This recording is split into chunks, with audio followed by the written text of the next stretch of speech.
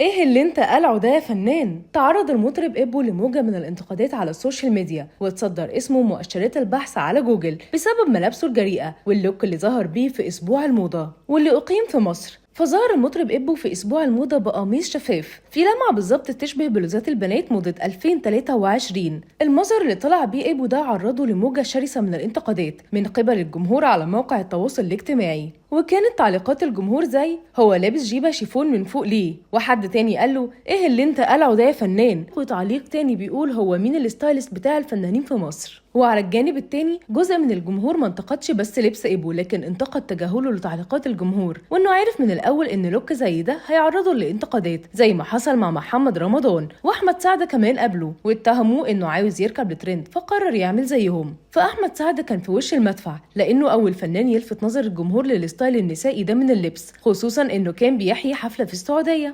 الجمهور العربي كله وقتها انتقد احمد سعد لانه لبسه استفزهم، فقرر عمرو سعد اخو احمد سعد يدعم اخوه ولكن على طريقته الخاصه، ولبس نفس اللبس وتصور بيه ونزل الصوره على صفحته الشخصيه. طبعا اخذ هو كمان نفس الموجه الشرسه من الهجوم وقرر ما يردش على كل الانتقادات دي. بعدها شفنا محمد رمضان لابس نفس الستايل اللي وصف الجمهور بالحريمي، وويجز كمان، واخرهم كان الفنان ابو. والمشترك بين كل الفنانين اللي لبسوا نفس الستايل ده انهم قرروا ما يردوش على انتقادات الجمهور او يبرروا اختيارهم للبلوزات الحريمي زي ما وصفها الجمهور. وحتى الفنان ابو رغم كل الانتقادات دي ابو قرر يلتزم الصمت وما يردش، يمكن لانه عذر جمهوره اللي مش متعود يشوفه باللبس الغريب ده. دايما ابو قليل الظهور، ولما بيظهر في حفلاته بيكون لابس لبس شيك حتى لو كاجوال. وحتى في العموم قال ابو انه في حوار سابق ليه انه رده على المتطاولين على السوشيال ميديا بيكون انه بينصحهم بدل ما يحبطوا غيرهم يشجعوا نفسهم. وقال كان في حد كتب لي تعليق، وحد من اصدقائي قال لي في حد كاتب ليك تعليق رخم يا ريت تمسحه. دخلت قريت التعليق ما لقيتش فيه شتيمه، ودخلت على بروفايل الشخص لقيته انسان محترم وصوته حلو. قلت له بدل ما تحبط غيرك شجع نفسك. ومن كتر ما حبيت صوته تاني يوم نزلت ليه ستوري على انستجرام، وتعتبر اغنيه كدابين